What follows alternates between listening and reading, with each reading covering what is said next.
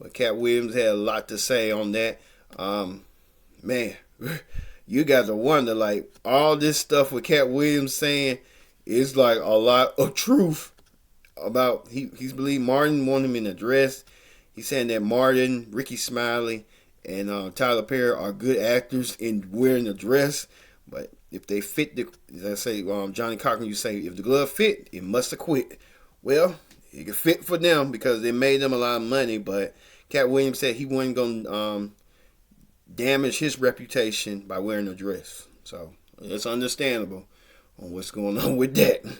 Well, Katt Williams said another fellow comedian, Kevin Hart. Katt Williams said that he turned down roles that Kevin Hart accepted on behalf of what he wanted to do. Let's take a look. Till they offered him the dress, and then he put it on. And what did he say after he wore it? I made my own decision. Duh. But you didn't make it before they brought it up, did you? It's okay. All right. For a 5-year period, every single movie that Kevin Hart did was a movie that had been on my desk. That all I had said was, just, can we take some of this step and fetch it shit out? And then I can do it. Like, it don't need to be overtly homosexual, because I'm not homosexual, right? It doesn't need that to be funny, right? And me saying that and them going, oh yeah, no problem. And then going to give it to this other guy and having him do it just like it was. And acting like I'm a bad person because I keep standing on my standard. But, yeah, it's interesting, but I wouldn't change it for the world. Like, again, I'm on the winning side of these decisions. He already had his deals when he got here. Have we heard of a comedian that came to L.A. and in his first year in L.A. he had his own sitcom on network television and had his own movie called Soul Plane that he was leading? No, we've never heard of that before that person or since that person. What do you think a plant is? Maybe people don't understand the definitions of these words. You didn't know? Yeah, Kevin Hart purchased it, so he's now doing Comic View. That happened at the same time that they gave DC Young Fly Hollywood Squares.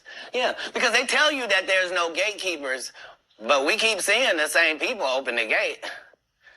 Didn't Kevin open the gate and let Tiffany in? Ain't he now opening it up for... Don't such and such open the gate? What do you mean ain't no gatekeepers? There's 100 gates out here. Everyone I've seen got a keeper. I know so many things I shouldn't know, and they all know it. They all know it. Why? Because you don't make me the villain. Not the guy that raises black children and ain't never done a hard drug in his life and don't have no stories of doing nobody dirty. And they'll just go out and they'll lie. The industry doesn't mess with Katt because he didn't show up for the studio. No studios have ever said that. Look at my IMDb. It will show you that no studio has ever lost money with me on the script. Kevin Hart done went 25 years without ever being in the same building with me at the same time. If I go in the building, he walk out. You've never seen us in the same building ever in 25 years. Like, it's like that. Why? Why? Yes. Because I'm really the product. It's not what you think. I am never under the influence of anything. I'm always in my right mind. I'm always a physical specimen. And when you see me, I'm much, much bigger. Yeah, Katt Williams said that it's a lot going on with that. Speak on what's going on with Kevin Hart, that he turned down offers and roles and don't want to do, but Kevin Hart does. So that tells you right there what's going on in Hollywood. And I know, like I said, Katt Williams is a good name, a respectable name, but you know what I'm saying? These comedians are doing what they have to do. And many people's eyes, many believe that they are selling their souls, and many believe they're not. So you're going to have that fan base that's going to put the two together on that. Well, Katt Williams even said something even more shocking, that fallen Hollywood producer Harvey Weinstein had offered Katt Williams a role, but Katt Williams had to do something to get the role. Going crazy comments that Katt Williams made. But if I can't speak on behalf of the other comedians, but the only thing I can speak for is myself. Katt made some comments on Shannon Sharp's show about when I was on Shannon Sharp was telling him the story of some of the behind the scenes from Friday After Next. Let's start with that. When I went out there, let's just go back. In 2000, I was the host of BET Comic View, and in the season 2004. I also worked on this show called Live from LA. That was my first job with BET, and that's where I met Ice Cube, if I'm not mistaken. And Ice Cube was like, man, hey man, I like your work. I want to do some stuff with you. I want to put you in some movies. And Ice Cube started putting me in movies, which really helped my career. I was in All About the Benjamins, but of course, when they changed the ending of it, that part didn't make any sense. But then he put me in Friday After Next. And just for clarification, I went out to audition for Friday After Next as Money Mike, not the Santa Claus. And that is the honest God truth. I had no reason to go on there and to go on Shannon Sharp's show and lie about any of that. That's what I auditioned for. Was Money Mike, and I guess the producers, Cube, and everybody saw something different. And I think that Money Mike character, Special K, was going to come off as kind of like just one of a guy who was hanging around in the strip mall who was just kind of being annoying, and almost like a crackhead type of character. That was right. Just, so I guess when Katt Williams did it, they added the whole pimp twist to that character, which was actually a better decision and made it funnier. Cause ain't no way in the hell I could have executed that role like that, and I'm glad that they made that decision and they put me in a Santa Claus role, which was actually perfect. So when I got back to LA, they said, hey, your role has changed. You're gonna be the Santa Claus, and here's the Santa Claus suit. Put it on, and here's your lines. Sat in the trailer, went over the lines, went over my stuff with Cube, and the rest is history. Had no reason. I just want to clarify that. Had no reason to lie about that. As a matter of fact, my manager at the time, Gary Abdo, who is still one of my best friends, who also helped start my career, and he's the owner of the Atlanta Comedy Theater in Atlanta. We got him on the phone. Just to clarify. Gary Abdo, good morning.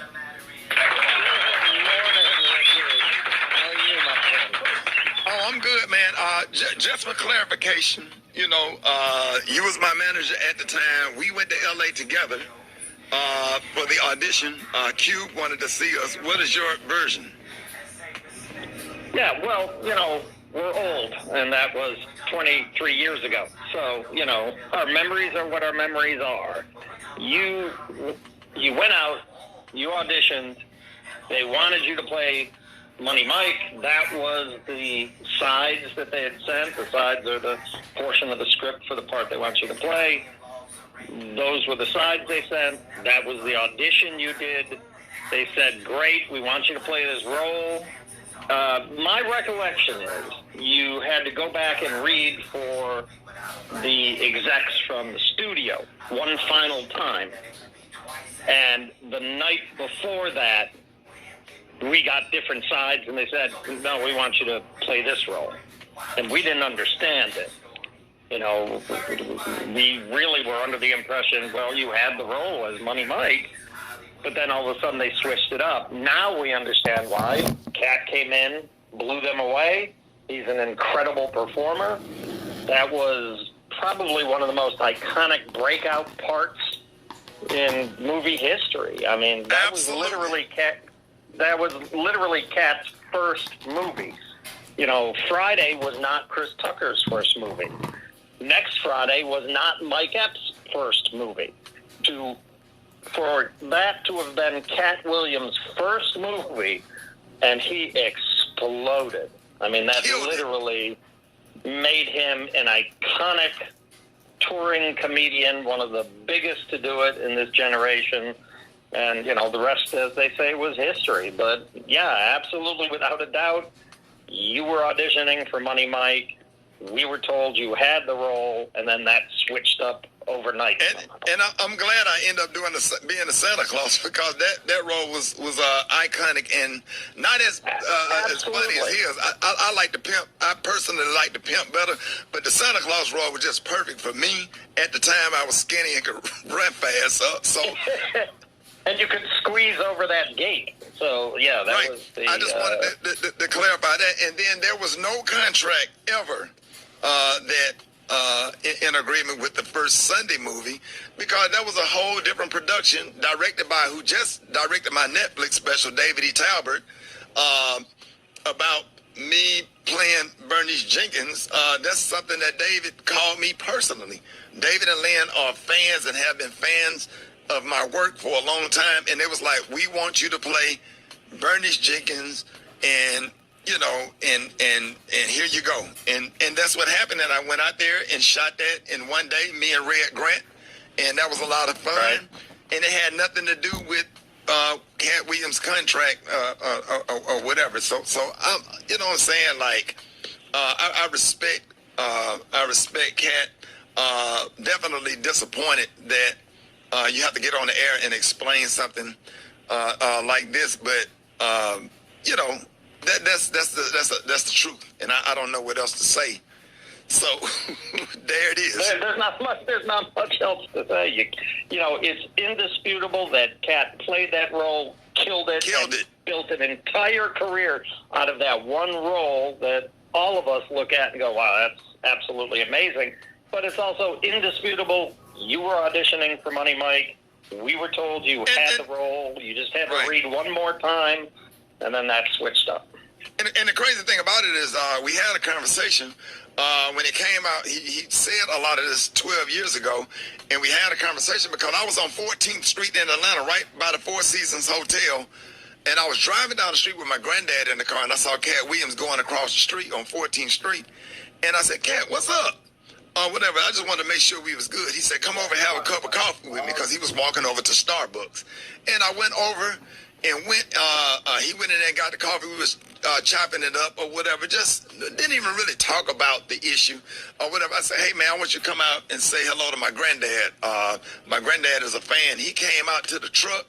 I'll never forget, I was in my Ford F-150, and I came out and spoke to my granddad. He hugged my granddad and wished him well. My granddad was like, keep doing what you're doing, young man. My granddad was living at the time. It was just me and my granddaddy in the truck, and we dapped it up, and that was it.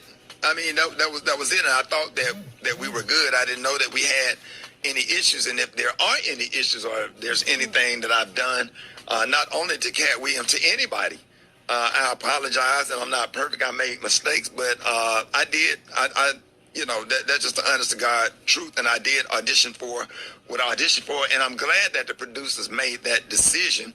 And let me address all of the things with Gary. You can help me out with this, because comedy greats like Flip Wilson played Geraldine, Richard Pryor played some roles on his show.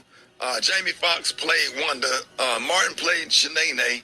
I did Bernice Jenkins. Tyler Perry did Medea. There's a lot of comics and a lot of comedy greats that did characters for the sake of funny, for entertainment, for the sake of the laugh. And it has nothing to do with nobody's comfortable in the role. Nobody wants to put on a damn dress or comfortable in it, That has nothing to do with my manhood being lessened for trying to play a role and trying to put food on the table for my family. Because it's a prop. It's nothing more than a prop. It's nothing more than a way to get a laugh. I mean, back in Shakespeare's time, there were no females playing females' roles. Every female role was played by a man. It's just part of an art form. It's part of what makes it funny. You bring the funny to it. I wish that I'm sure you remember. People don't know about this. The pilot that you shot for the Kings of Comedy TV show, Bernice Jenkins had a whole sketch with Medea. Yeah, I did a sketch with Medea, me, Earthquake, Tyler Perry, Niecy Nash. We did a thing called The Pew. It's supposed to be like The View, but it was a church-based version of The View, and it was just comedy great to see Bernice Jenkins, the character, and Medea. And I started off doing Bernice Jenkins doing prank phone calls on the Buck Wild Morning Show in Birmingham, which spinned into, hey, I think you should do a character. This would be a great character for this role. So we were all in our 30s, late 20s, doing what we had to do in order to be successful. Now that we are older, I'm comfortable in my job in radio. I'm comfortable in, the roles that I get and the things that I get to do. And I just finished a phenomenal comedy special. So the statement about Ricky Smiley is not funny. I've been sold out since 97. That part. Every single show I have done since 97, maybe not big arenas, but I pack up those theaters and have to add shows in comedy clubs. And between radio and all of that and raising a family, I'm comfortable with. What makes me sad, I don't like the way that made my kids feel. And that's why I'm not going to, go after him, because he has kids and family members and nieces and nephews also, and it hurts our family members and people that do love us when we say hurtful things about each other. So we want to wish Katt Williams the best or whatever. It ain't nothing but love over here just because we don't agree. RSJ and I had beef for about 20 years, and I end up sitting next to him on a plane. And when I saw him, I couldn't do nothing but grab him and hug him. And we text each other all day on Christmas Day. It feels like we trying to make up for lost time. Two talented people that actually love each other. And Special K, Katt Williams got some comedy dates coming up. He's going to be in Birmingham. Katt Williams is coming to Huntsville. I want y'all to go out and support him. I want y'all to pack those damn theaters and show nothing but unconditional love to him and to any comic that come into our space, Birmingham, Huntsville, that's like my area or whatever, where I grew up or whatever. K, you got the dates? Yeah, you got January 12th, Cedar Park, Texas. The 14th, Estero, Florida. The 19th, Huntsville, Alabama. The 26th of January, Tupelo, Mississippi. Y'all go ahead and get on Ticketmaster, get them tickets. Yeah, make sure y'all go out and see Katt Williams and go out and support him, man. It's all love over here because it's enough money out here for everybody. So what we're addressing for everybody that's tuning in, we're just addressing the whole Katt Williams situation, and I'm gonna leave it at that, man, because here's the thing: what we all need to understand. Here's what we all need to understand. You know where you've been, but you don't know where you're going, and you don't know who you're gonna need. And I promise to God, if there's anything that he or anybody in his family on his staff ever need, we'll be there. Because I stick up for comics, and we all are not perfect, and we all don't get along all the time. Or whatever. We all have issues, but at the same time, we are all in the same game. I don't agree with all the cues all the time. I go to the conclave and go through different stuff with the bros or whatever, but at the end of the day, Omega Psi Phi, this friendship is essential to the soul. But thank y'all so much for this opportunity to explain this. And, let me say something real fast, because back to the Bernice Jenkins situation, because at one point in time, you was close to retiring that character. Yeah. And that show. I was raised by grandparents. You can push Jeff. We don't. I'll call him, B. We don't. Come back We with don't. another song and then push Jeff up to the top. Just let him know. We don't do. That's not how I get down. God is good, and there are times where you want to lash out and clap back a certain kind of way. I'm a comic. I'm funny as hell. I got jokes, but I want to make sure that I just handle certain things a certain way. Hey, Rick. Yeah. You go to the top. We'll do Jeff Johnson at the top of the album. Okay, thank you. You go to the top. Appreciate it. Yeah, and that's it. That's it. That's the only way. It ain't no other way. It ain't no other way to handle something like that, man. Sometimes, man, when people throw stones, my grandmother taught me. My grandmama said, when they throw stones, you throw bread.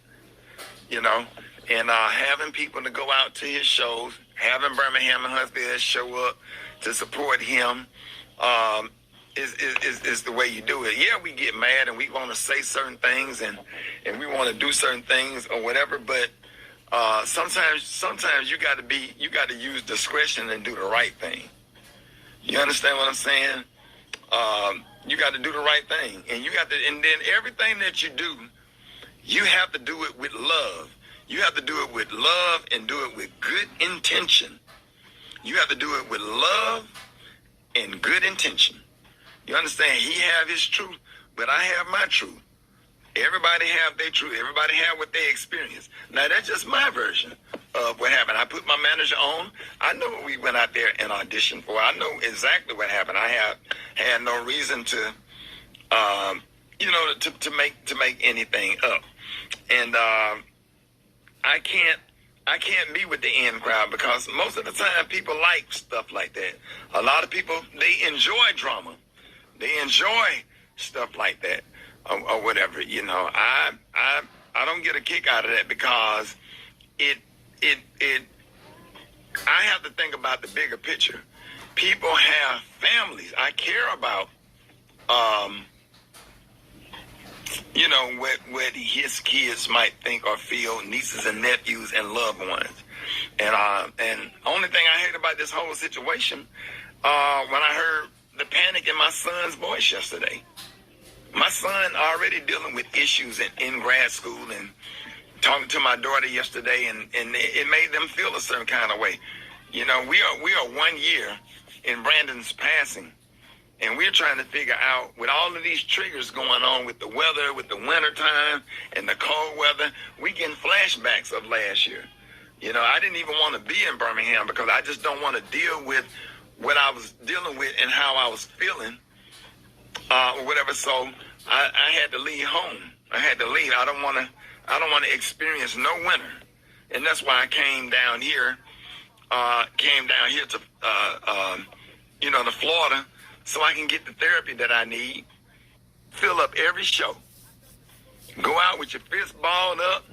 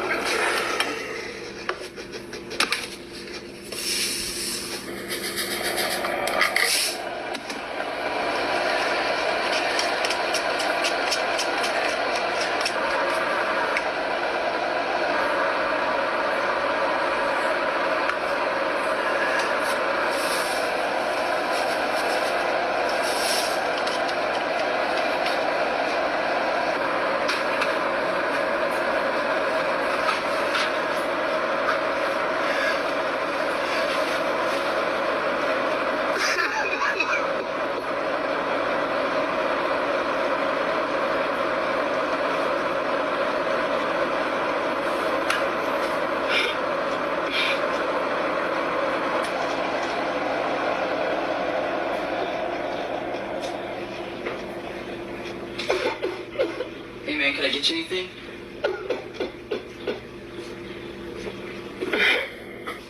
Can I get you water or something, man? Oh, okay. You doing okay? All right. Yeah. Can we give you a minute? Thank you. You sure? Okay. Yeah. My man Katt Williams.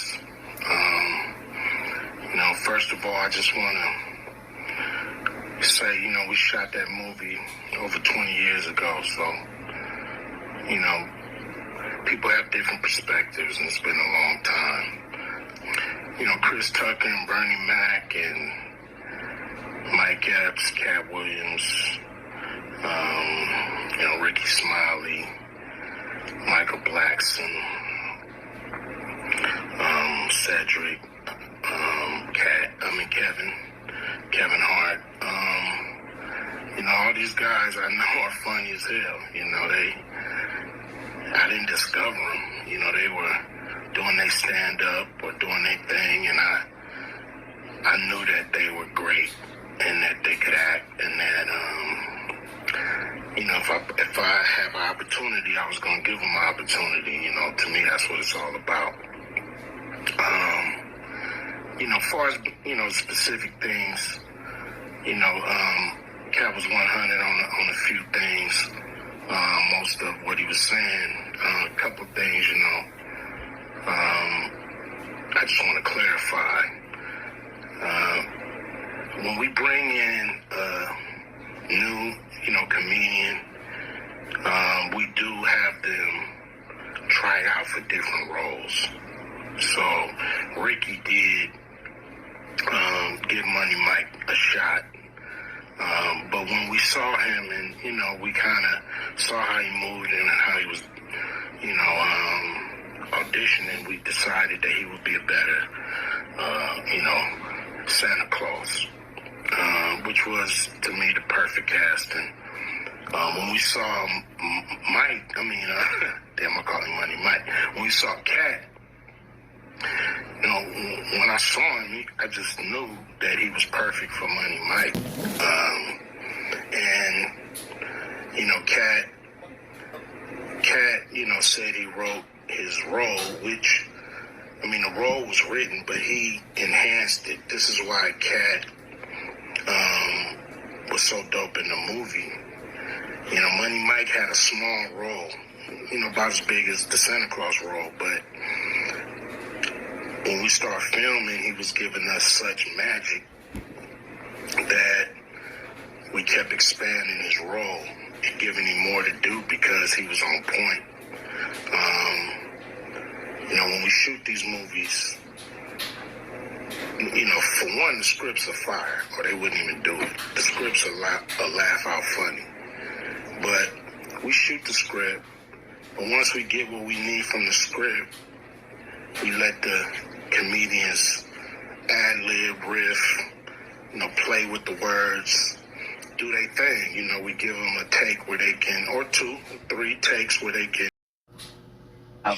New York Knicks, I don't know if you guys know this, but Katt Williams bought the Knicks. He definitely bought it. He bought the Knicks, and it's rumored that he took the Knicks back, returned them with a receipt. Yeah, you can do that. You didn't know you could do that. The first person ever did. Yeah. Oh, they gave him a 30-day policy.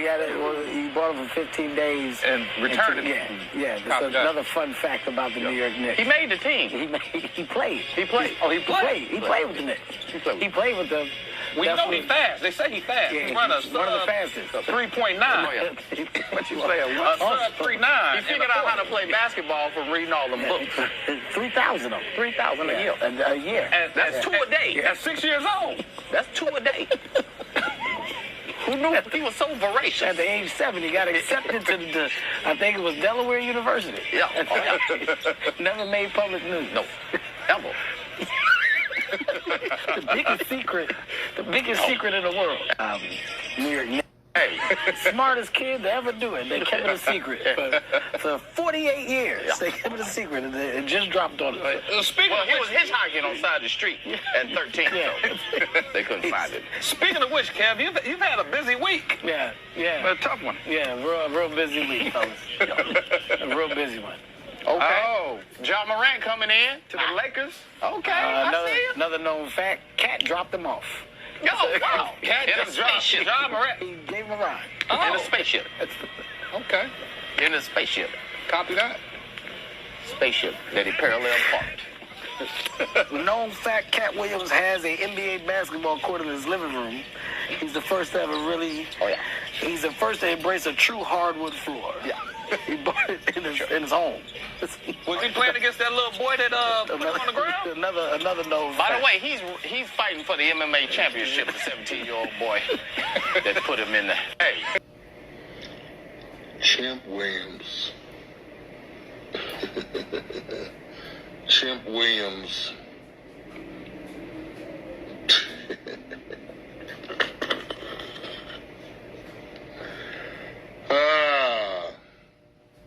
It's hard to address lunacy and hypocrisy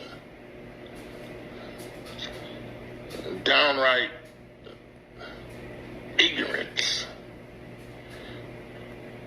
But it's so funny how many people think this dumb, stupid is spitting truth. Chimp Williams. Chimp Williams.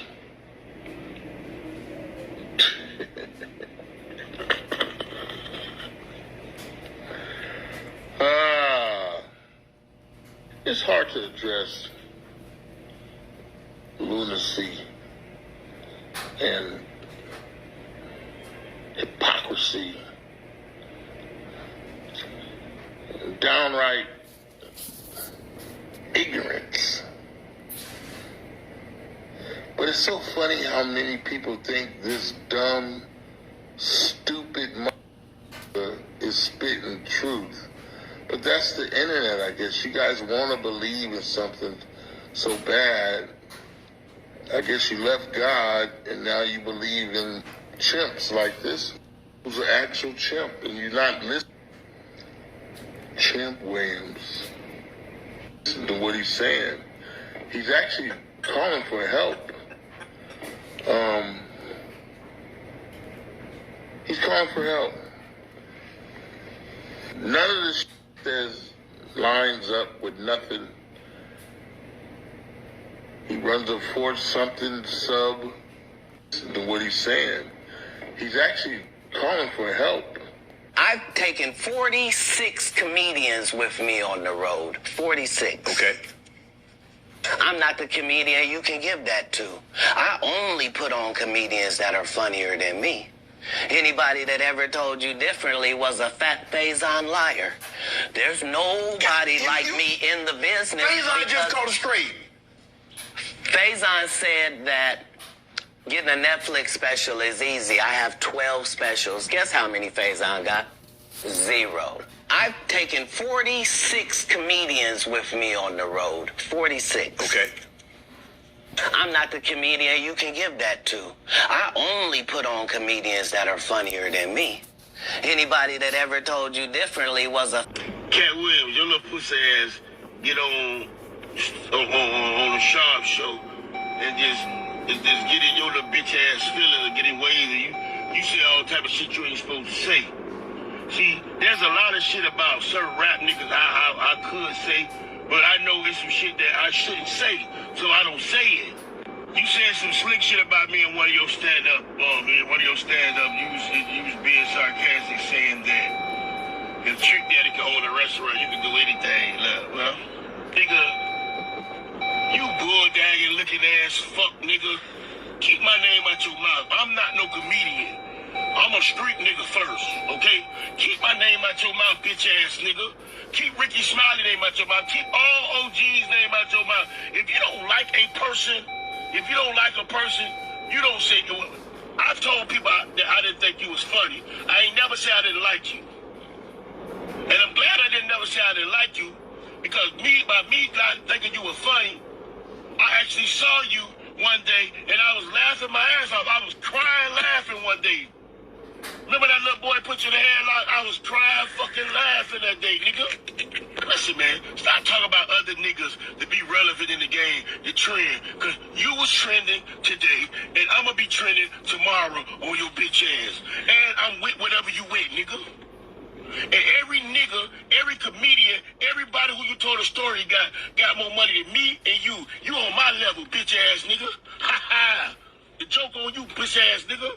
You ain't funny. You a fucking joke. Stop making fun of other niggas. Black folk, we have to stop belittling our brothers and sisters to get a platform, to get shares, to get likes, to get views.